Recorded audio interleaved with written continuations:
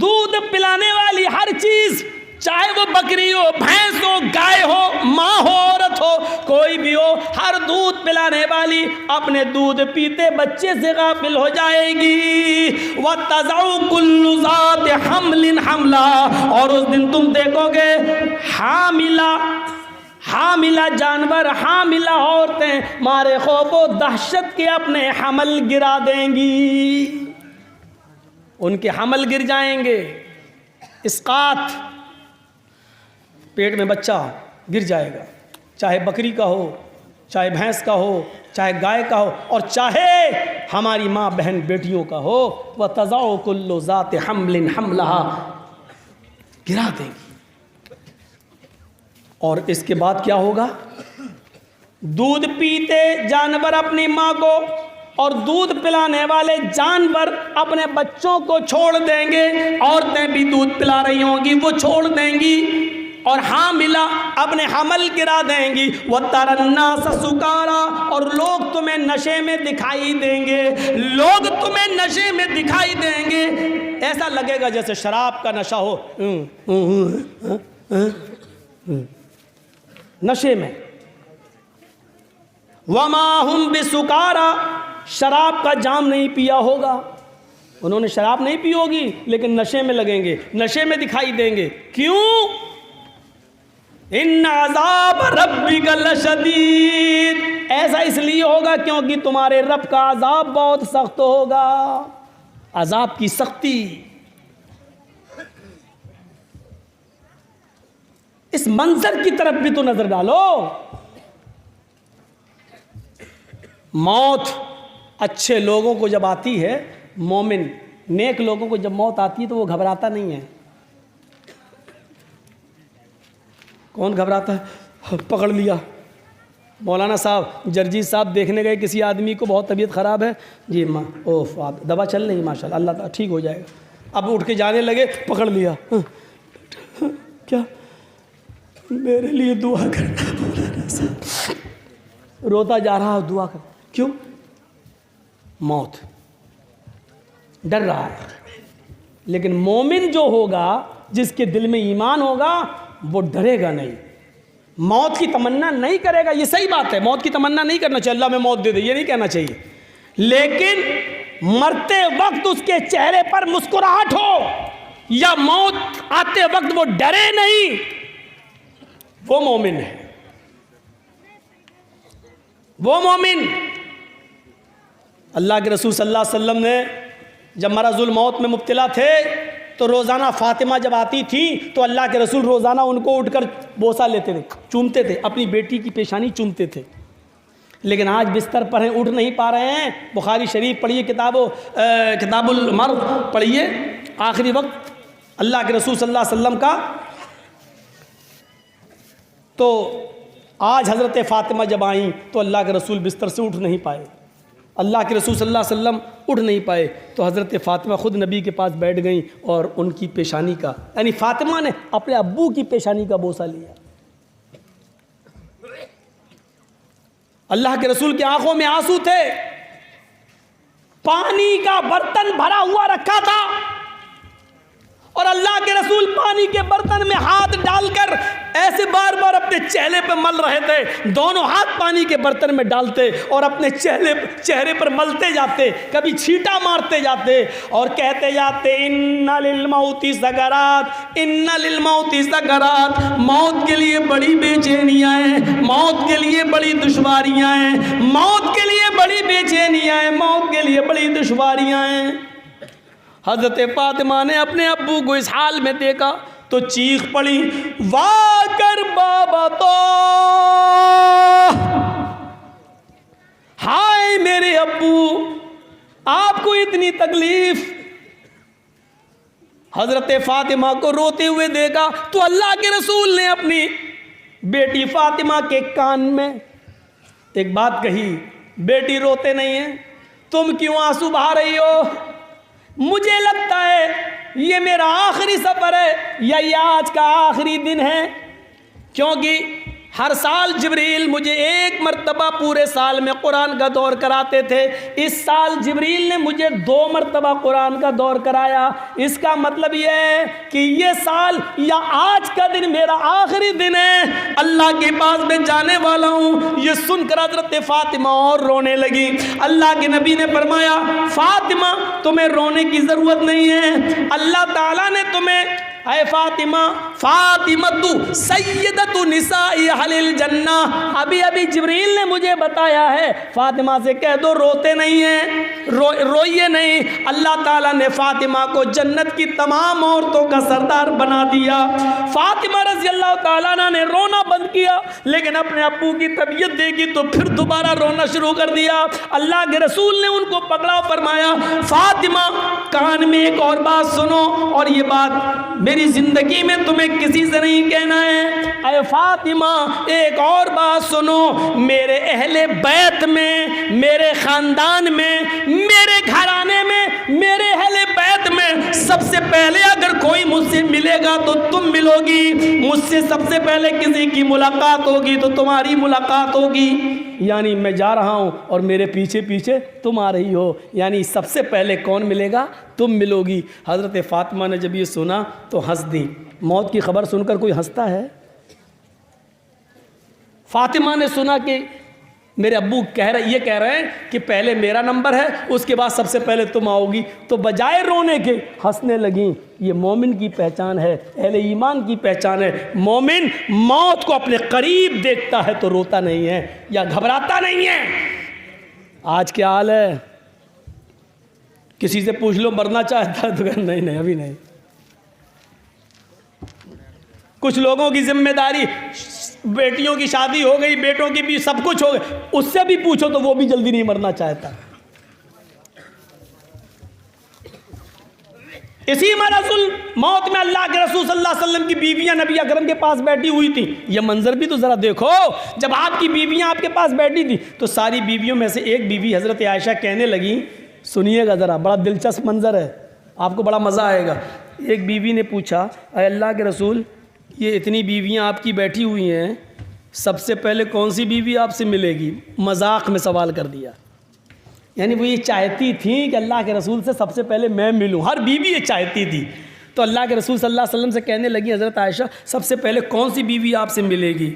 تو اللہ کے رسول نے بھی مسکرا کے کیا کہا، سب کو دیکھا، اب کسی کا دل بھی نہیں توڑنا چاہ رہے ہیں،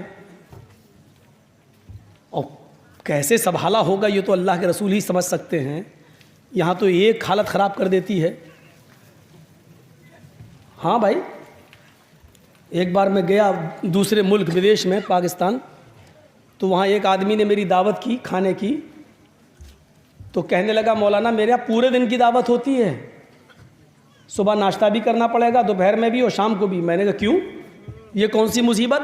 کہنے لگا میری 3 بیویاں ہیں۔ تو میں نے کہا تو 3 بیویوں سے کیا مطلب؟ کہنے لگا اگر ایک کے ہاں اگر آپ نے ناشتہ کر لیا تو 2 بگڑ جاتی ہیں، تو اس لیے پورے دن کی دعوت۔ تو میں نے کہا ٹھیک ہے بھائی، تو صبح ناشتہ بھی کیا، دوپہر میں کھانا بھی کھایا اور شام کو بھی کھانا کھایا۔ میں نے نماز کا ٹائم ہوا تو میں گیا، نماز بھی پڑھی، اور مسافر ہوئے تو 1-2 ٹائم ہم نے گھر پہ بھی پڑھ لی۔ تو اس سے کہا، میں نے کہا یار میں نے تم کو تو مسجد میں کبھی دیکھا نہیں نماز پڑھتے ہوئے، تم دعوت تو مولویوں کی کرتے ہو۔ تو اس نے کہا مجھے نماز پڑھنے کی کیا ضرورت، میں تو جنتی ہوں۔ میں نے کہا واہ صاحب، مولوی ہو تم، اچھے جوکر ہو، ہنساتے ہو سب کو، اور تم کہہ رہے ہو میں تو جنتی ہوں۔ کہنے لگا مولانا اللہ کی قسم میں جنتی ہوں۔ اب وہ اللہ کی قسم کھا کے اور کہنے لگا، میں نے کہا بک پاگل، مذاق کر رہا دین کا؟ بولا میں مذاق نہیں کر رہا ہوں، میں جنتی ہوں۔ تم لوگ پڑھو نماز روزہ ووزہ رکھو تم، ہم تو ہر حال میں جنت میں جائیں گے۔ میں نے اس کو غصے سے پوچھا دین کا مذاق اڑاتے ہو؟ سرٹیفکیٹ تمہیں ملا ہے، خواب میں کسی نے تمہیں بتایا، وہی آئی تمہارے پاس؟ کہنے لگا نہیں مولانا، اللہ تعالیٰ 2 جہنم کسی کو نہیں دے سکتا۔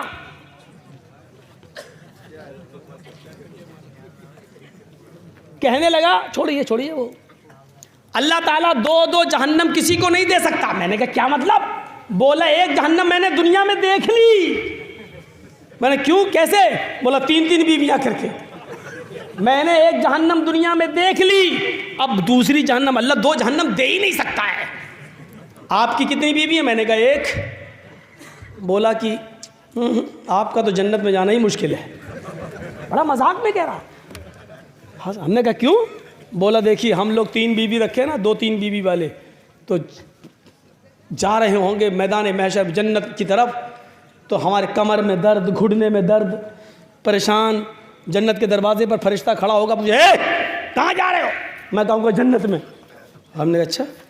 پھر کا فرشتہ پوچھے گا جنت میں جا رہے ہو, نماز پڑھ کے آئے ہو کہ نہیں؟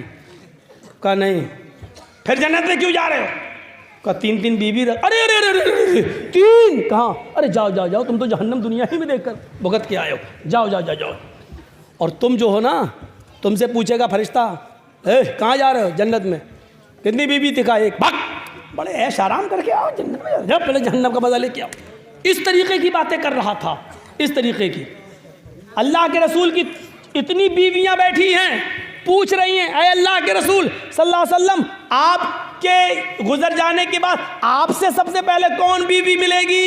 یعنی کون سی بیوی کا سب سے پہلے انتقال ہوگا, آپ سے کس کی ملاقات ہوگی؟ اب اللہ کے رسول کسی ایک کا نام کیسے بتا دیں اتنی عورتوں کے سامنے؟ اور ظاہر بات ہے کہ انتقال کسی ایک کا ہی ہونا ہے سب سے پہلے. تو اللہ کے نبی صلی اللہ علیہ وسلم نے ایسے ہی کہا, مجھ سے جو بیوی سب سے پہلے ملے گی وہ ہوگی جس کے ہاتھ سب سے زیادہ لمبے ہوں گے. آپ نے بھی ایسے ہی کہہ دیا, بخاری کی روایت ہے کہ جس کے ہاتھ سب سے لمبے ہوں گے. حضرت عائشہ اندر گئیں اور ساری عورتوں کو بلا کے کہا ادھر آؤ, سب کو بلا لیا دوسرے کمرے میں, اور کہتی ہیں اما عائشہ میں ایک لکڑی لے آئی, اور سب کے ہاتھ ناپنے لگی, دیکھیں کس کے ہاتھ لمبے ہیں. جو ہاتھ ناپے تو اس میں سب سے زیادہ لمبے ہاتھ حضرت زینب کے, زینب بنت جہش نبی کی بیوی. سب سے ہاتھ کس کے لمبے تھے؟ حضرت سودا کے. سب سے زیادہ لمبے ہاتھ کس کے نکلے؟ حضرت سودا کے. تو ساری بیویاں سودا کو مبارکباد دینے لگیں, سودا بڑی خوش قسمت ہو, سب سے لمبے تمہارے ہی ہاتھ ہیں, اس کا مطلب تم سب سے پہلے جاؤ گی. سودا بھی خوش ہیں, اللہ کے رسول نے کہا سب سے لمبے ہاتھ, میرے ہی سب سے لمبے ہاتھ ہیں. دیکھیے خوشی کتنی ہو رہی ہے کہ نبی کے بعد ہم ہی جائیں گے, اللہ کے رسول کے بعد. جب بھی بیویوں میں سب سے پہلے کسی کا انتقال ہوگا تو میرا. اللہ کے رسول اس دنیا سے چلے گئے, اب بیویوں یہی سوچتی تھی کہ سودا ہی سب سے پہلے جائے گی, اور سودا بھی یہ سوچتی تھی کہ سب سے پہلے میں ہی جاؤں گی. لیکن نبی کی بیویوں میں سے سب سے پہلے جس بیوی کا انتقال ہوا وہ سودا نہیں تھی, بلکہ حضرت زینب بنت جہش تھی. ساری عورتیں سناٹے میں ہیں. اللہ کے رسول نے تو کہا تھا ہاتھ جس کے لمبے ہوں گے, تو ان میں تو سب سے لمبے ہاتھ تھے. زینب کیسے چلی گئیں؟ تو بعد میں جب اندازہ لگایا کہ لمبے ہاتھ سے مراد کیا تھا, کہ یہ ہاتھ لمبے نہیں لمبائی چوڑائی میں, بلکہ صدقہ اور خیرات میں جس کے ہاتھ سب سے زیادہ لمبے ہوں گے وہ تو حضرت زینب کے ہاتھ سب سے زیادہ لمبے تھے. شام کا کھانا کھایا, صبح کے لیے نہیں چھوڑتی تھی, سب غریبوں میں لٹا دیا. صبح کھانا آیا تو شام کے لیے نہیں چھوڑتی تھی, شام کو اللہ اور دے گا, غریبوں میں دے دیا. کوئی چیز نہیں, سب سے زیادہ غریب اور مسکینوں میں لٹانے والی اور صدقہ اور خیرات کرنے والی اگر کوئی تھی تو وہ کون تھی؟ حضرت زینب بنت جہش. تو اس لیے کہا یہ آج ان کا انتقال ہوا. تو میرے بھائیوں کہنا یہ چاہتا ہوں کہ انتقال کو اپنے قریب دیکھ کر خوش ہوتی تھی, خوش. آج ہماری صورت کیا ہے؟ مرنا ہی نہیں چاہتے ہیں. ہم نہیں کہتے مرنا چاہو, لیکن ہم یہ کہتے ہیں کہ جب موت ہمارے پاس آئے تو خوف نہ ہو, دہشت نہ ہو, بلکہ رب سے ملاقات کی خوشی ہو کہ ہم اللہ رب العالمین سے ملنے جا رہے ہیں. یہ ہونا چاہیے. عبداللہ قواریری بہت بڑے محدث گزرے ہیں, بعمل محدث گزرے ہیں. عبداللہ قواریری کہتے ہیں کہ ہمارے گھر کچھ مہمان آ گئے. ہماری ماں بہنیں سنیں، مہمان نوازی میں ماشاءاللہ بنگال کا بہت نام ہے، یہ معلوم ہے ہمیں یاد ہے لیکن جب ہم 15-20 منٹ پہلے کہیں گے. سنیے، عبداللہ قواریری کہتے ہیں کہ میرے گھر کچھ مہمان آ گئے، اور جب مہمان آئے تو میں ان کی مہمان نوازی کرنے میں لگ گیا، ان کو کھانا آنا کھلانے میں لگ گیا، اور کھانا آنا جب کھلایا تو میرے محلے میں جو مسجد تھی اس مسجد میں عشاء کی نماز ہماری نکل گئی.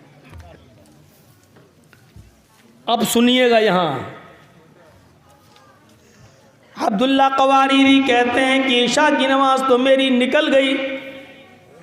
میں مہمانوں کو کھانا کھلانے کے بعد جب عشاء کی نماز پڑھنے گیا تو میں نے دیکھا کہ عشاء کی جماعت ہو چکی. میں دوسرے محلے میں گیا، شاید وہاں مجھے جماعت مل جائے. جماعت کی پرواہ دیکھیے، جماعت کی حرص دیکھیے، لالچ دیکھیے. تو دوسرے محلے میں بھی جماعت نکل چکی. میں نے سوچا کہ بغل میں ایک اور محلہ ہے، وہاں تھوڑی سی دیر سے لوگ عشاء کی نماز پڑھتے ہیں، میں وہاں جاؤں. لیکن جب تک میں وہاں پہنچا تو ادھر بھی جماعت نکل چکی تھی. اب میرے پاس کوئی راستہ نہیں تھا، ساری جگہوں سے جماعت ہو گئی.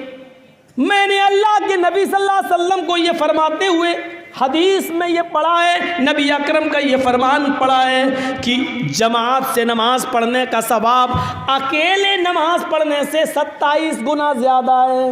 ایک حدیث میں 25، ایک حدیث میں 27 گنا زیادہ ہے. عبداللہ قواریری کہتے ہیں میں نے عشاء کی نماز کو اپنے گھر آنے کے بعد 27 مرتبہ پڑھا. کتنی بار؟ 27. عشاء کی نماز کتنی ہوتی؟ 4 رکعت. میں نے کتنی بار پڑھا؟ 4، پھر 4، پھر 4، پھر 4، پھر 4، 27 بار پڑھا. پڑھنا تو ایک ہی بار چاہیے، لیکن 27 بار اس لیے پڑھا تاکہ 27 گنا ثواب، یعنی جماعت کے برابر میں ثواب پا جاؤں. میں نے عشاء کی اس 4 رکعت کو 27 بار پڑھا تاکہ مجھے جماعت کا ثواب مل جائے. میں 27 مرتبہ نماز پڑھنے کے بعد جب میں بستر پر سونے کے لیے گیا اور گہری نیند میں سو گیا تو میں نے خواب میں دیکھا، خواب میں ایک بزرگ پکارنے والے پکار رہے ہیں، کہہ رہے ہیں میں گھوڑا دوڑا رہا ہوں اور کچھ بزرگوں کی جماعت گھوڑے سے آگے نکلی ہوئی ہے. میں نے خواب میں دیکھا کہ کچھ گھوڑے ہم سے آگے نکلے ہوئے ہیں. میں اپنے گھوڑے کو چابک مارتا، کوڑا مارتا اور تیز دوڑاتا، لیکن میرا گھوڑا ان گھڑ سواروں کے پاس نہیں جا پا رہا ہے. میں اور مارتا، میرا گھوڑا سارے گھوڑوں میں سب سے اچھا، لیکن ان سے پیچھے میں بار بار گھوڑے کو مارتا، گھوڑا دوڑتا لیکن وہاں تک نہیں پہنچ پا رہا ہے. ان بزرگوں نے، ان سفید پوش کپڑوں نے پیچھے مڑ کے مجھے دیکھا، کہنے لگے اے عبداللہ، اپنے گھوڑے کو کیوں مارتے ہو؟ اپنے گھوڑے کو کیوں زور لگاتے ہو؟ مجھ سے یا میرے مقابلے میں آنے کی کوشش کیوں کرتے ہو؟ تم میرے مقابلے میں نہیں آ سکتے ہو، تم میرے پاس نہیں پہنچ سکتے ہو، تم میرے قریب نہیں آ سکتے ہو. چاہے کتنا اچھا گھوڑا ہو تمہارا اور چاہے کتنی اس کو زور لگا لو، لیکن تم میرا مقابلہ نہیں کر سکتے، میرے بغل میں بھی نہیں آ سکتے، مجھ سے آگے نکلنا تو دور، میرے پاس بھی نہیں پہنچ سکتے. میں نے پوچھا، عبداللہ کہتے ہیں میں نے پوچھا کیوں؟ تم سے اچھا ہے میرا گھوڑا، پھر ہم تم سے آگے کیوں نہیں نکل سکتے؟ تو وہ سارے گھڑ سوار پیچھے مڑ کے کہتے ہیں اے عبداللہ، اس لیے تم ہمارے برابر نہیں آ سکتے کیونکہ ہم نے عشاء کی نماز جماعت کے ساتھ پڑھی ہے اور تم نے عشاء کی نماز جماعت کے ساتھ نہیں پڑھی. 27 مرتبہ اس نماز کو پڑھنے کے باوجود بھی میرے بھائیوں وہ مقام و مرتبہ نہیں مل سکا جو جماعت کے ساتھ نماز پڑھنے والے کو ملتا ہے. اور جبکہ یہ نماز ایسے نہیں نکلی تھی، مہمانوں کو کھانا کھلاتے وقت نکل گئی تھی کہ چلو ہوتا ہے، آج کل تو گیس چل رہے ہیں، بجلی والے چولہے جل رہے ہیں، کھانا جلدی بن جاتا ہے. اس زمانے میں تو لکڑیاں بھی لے کے آؤ، چولہا بھی جلاؤ، اور پھر مہمانوں کا اندازہ بھی نہیں لگ پاتا ہے اتنے مہمان کتنا بنے گا، کتنا ان کو کھلانے میں ہیں اور بیوی کے کھانا بنانے میں تھوڑی دیر ہو گئی، اس لیے مہمان نوازی بھی ضروری تھی، مہمان نوازی میں لگ گئے اور عشاء کی نماز کی جماعت چھوٹ گئی۔ پھر انہوں نے 27 بار پڑھا، پھر بھی اس مقام کو نہیں پہنچ پائے۔ ہم لوگ بس سوچو، سنائے اس لیے جاتے ہیں تاکہ سوچیں۔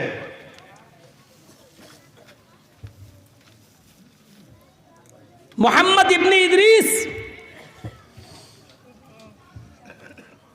اوفو کتنے بڑے محدث ہیں۔ ہارون رشید کے زمانے میں ہارون رشید نے کہا آؤ تمہارا علم اتنا بلند ہے اے محمد ابن ادریس کہ میں تم کو تمہارے علم کی بنیاد پر قاضی بنا دیتا ہوں، اس شہر کا جج بنا دیتا ہوں، قاضی بنا دیتا ہوں۔ انہوں نے ہارون رشید سے کہہ دیا عہدہ قضا اپنے پاس رکھو، مجھے نہیں چاہیے، میں جج کی کرسی پر لات مارتا ہوں، مجھے نہیں بننا ہے جج۔ نہیں بنے۔ 5000 دینار، اور دینار سونے کا سکہ ہوتا تھا، کل بتایا تھا میں نے۔ 5000 دینار کی ایک تھیلی ہارون رشید نے محمد ابن ادریس کو دی کہ لو یہ میں تمہیں تحفے میں دے رہا ہوں، تم اپنے گھر کا حال صحیح کر لو، اپنی گرہستی صحیح کر لو، اپنا ٹوٹا پھوٹا مکان صحیح بنا لو، اپنے بیوی بچوں کی حالت صحیح کر لو، ان کو کپڑا اپڑا بنا لو۔ محمد ابن ادریس نے خلیفہ کی طرف سے، بادشاہ کی طرف سے دیا ہوا یہ تحفہ بھی ٹھکرا دیا اور فرمایا نہیں چاہیے مجھے یہ تحفہ، اللہ تعالیٰ نے مجھے جو قوت و طاقت جو دی ہے اور مجھے جو حلال رزق دیا ہے وہ میرے لیے کافی ہے، چھوڑیے، نہیں چاہیے مجھے۔ خلیفہ اے ہارون رشید، تحفے انسان کو غلام بنا دیتے ہیں، تحفے انسان کو غلام بنا دیتے ہیں۔ اگر آج میں نے تمہارا یہ تحفہ قبول کر لیا تو ہم تمہارے احسان کے تلے دب جائیں گے اور پھر کبھی حق بات ہم نہیں کہہ پائیں گے۔ تحفے انسان کو غلام بنا دیتے ہیں، مجھے نہیں چاہیے تحفہ، نہیں لیا۔ یہی محمد ابن ادریس جب بیمار ہوتے ہیں، سنیے، یہی محمد ابن ادریس جب بیمار ہوتے ہیں، ان کی صاحبزادی رونے لگی، ہائے میرے ابو، ہائے میرے ابو کی طبیعت دیکھنے لگی کہ میرے ابو اب بچنے کے لائق نہیں رہے تو رونے لگی۔ کل تو میں نے ایک دوسرا واقعہ سنایا تھا، آج میں محمد ابن ادریس کا واقعہ سنا رہا ہوں۔ ان کی صاحبزادی جب رونے لگی تو انہوں نے اپنی بیٹی کو پکڑا اور کہا بیٹی کیوں روتی ہو، بیٹی کیوں رو رہی ہو؟ کہا ابو آپ کی طبیعت خراب ہے۔ کہا بیٹی یہ بستر میرا جس کونے میں لگا ہوا ہے یہی تم جانتی ہو کہ میں قرآن کی تلاوت کرتا ہوں، اور تمہیں معلوم ہے کہ میں نے اس کونے میں کتنے قرآن ختم کیے، کتنے قرآن میں نے پڑھے۔ اے میری بیٹی میں نے اب تک 4000 مرتبہ قرآن کریم کی تلاوت کی ہے، میں نے اسی بستر پر جہاں میں بیمار ہوں 4000 مرتبہ قرآن پڑھ چکا ہوں۔ کیا تمہیں امید ہے کہ میرا رب ان کثرت تلاوت قرآن کی وجہ سے مجھے عذاب دے گا؟ نہیں میری بیٹی، تمہیں مایوس ہونے کی ضرورت نہیں، میں عمل کا ایک اچھا خاصا ذخیرہ لے کے جا رہا ہوں، بس شرط یہ ہے کہ اللہ نے اسے قبول کر لیا ہو۔ میری بیٹی میں کوئی غلط جگہ نہیں جا رہا ہوں، دعا کرنا ہے تو یہ دعا کرو کہ اللہ تعالیٰ میرے باپ کی عبادتوں کو قبول فرما لے، میرے باپ کی تلاوت قرآن کو قبول فرما لے، میرے باپ کو اس کا اجر عطا فرمائے۔ آئے میری بیٹی میں 3rd کلاس سے 1st کلاس کی طرف جا رہا ہوں۔ یہ صورتحال ہے، یہ صورتحال۔ وہ موت سے ڈرتے نہیں تھے، موت سے ڈرتے نہیں تھے۔ یحییٰ ابن ایوب، یحییٰ ابن ایوب خراسان کے رہنے والے ہیں۔ وہ خراسان کے دروازے پر رات میں بیٹھ جاتے تھے اور پوری رات قبرستان کو دیکھتے رہتے تھے۔ اس شہر کے سامنے قبرستان کا دروازہ تھا، قبرستان کے دروازے پر بیٹھ کر وہ پوری رات قبرستان کو دیکھتے رہتے تھے۔ ایک دن یحییٰ ابن ایوب اپنے معمول کے مطابق خراسان کے دروازے پر بیٹھ گئے۔ وہاں سے قبرستان دکھائی دے رہا تھا اور قبرستان سے گزرنے والا ہر ایک آدمی آنے جانے والا دکھائی دے رہا تھا۔ عشاء کی نماز تک تو لوگوں کا آنا جانا لگا رہتا تھا۔ یحییٰ ابن ایوب آدھی رات کے بعد اٹھتے ہیں اور قبرستان کے دروازے پر بیٹھ جاتے ہیں اور قبرستان کو دیکھنے لگتے ہیں۔ انہوں نے دیکھا، روزانہ دیکھتے تھے، آج بھی بیٹھ گئے، لیکن آج ایک عجیب منظر سامنے آیا۔ آج وہ دیکھتے ہیں ایک شخص قبرستان کے اندر داخل ہوتا ہے، ایک شخص قبرستان کے اندر داخل ہوتا ہے، وہ ایک شخص قبرستان کے اندر داخل ہوتا ہے اور اس نے اپنے پورے چہرے کو چھپا رکھا ہے اور کمبل سے اس نے اپنے جسم پر کمبل کو اوڑھ رکھا ہے۔ وہ داخل ہوتا ہے۔ یحییٰ ابن ایوب کہتے ہیں یہ بڑا عجیب معاملہ ہے، دیکھوں یہ کیا کر رہا ہے۔ اندھیرے میں ان کو تو قبرستان کا ایک آدمی دکھائی دے رہا ہے، لیکن قبرستان میں کمبل سے لپٹا ہوا وہ آدمی یحییٰ ابن ایوب کو نہیں دیکھ پا رہا ہے۔ وہ کبھی اس قبر پہ جاتا، پھر اس سے ہٹ جاتا، دوسری قبر پہ جاتا، دوسری قبر سے ہٹتا ہے تو تیسری قبر پہ جا کے بیٹھ جاتا، وہاں کچھ دیر روتا، پھر اٹھتا، پھر چوتھی قبر، پانچویں قبر کے پاس جاتا اور جس پھوٹی ہوئی قبر کو دیکھتا، جس ٹوٹی ہوئی اور پھوٹی ہوئی قبر کو دیکھتا، وہیں جا کر رونے لگتا اور بیٹھ جاتا، خوب روتا۔ یحییٰ ابن ایوب کہتے ہیں کہ میں نے ہمت کی کہ چلیں دیکھیں یہ کون آدمی ہے جو بار بار کسی قبر کے پاس جا کر بیٹھ جاتا اور روتا ہے، اس کے پاس جاؤں اور عبرت حاصل کروں۔ یحییٰ ابن ایوب کہتے ہیں کہ میں اس کے قریب گیا، جیسے ہی میں اس کے قریب گیا وہ رو رہا تھا، میں نے پیچھے سے اس کی پیٹھ پر ہلکے سے ہاتھ مارا، اس نے پیچھے مڑ کے جب مجھے دیکھا تو میں اس کو پہچان گیا، یہ میرے بچپن کا یہ ابھی بھی میرا دوست ہے، یہ کوئی اور نہیں، یہ سعدون ہے، سعدون۔ تعجب تو یہ کہ اتنی گہری دوستی ہونے کے باوجود سعدون کے بارے میں یحییٰ نہیں جانتے تھے اور یحییٰ ابن ایوب کے بارے میں سعدون کو معلوم نہیں تھا کہ یہ رات میں یہ کرتے ہیں، اور سعدون کو یہ نہیں معلوم تھا کہ یہ روزانہ دروازے پر بیٹھ جاتے ہیں۔ میرے بھائیوں، حضرت سعدون نے جب پیچھے مڑ کے دیکھا تو میرا دوست وَقُلْ جَاءَ الْحَقُّ وَزَهَقَ الْبَاطِلُ إِنَّ الْبَاطِلَ كَانَ زَهُوقًا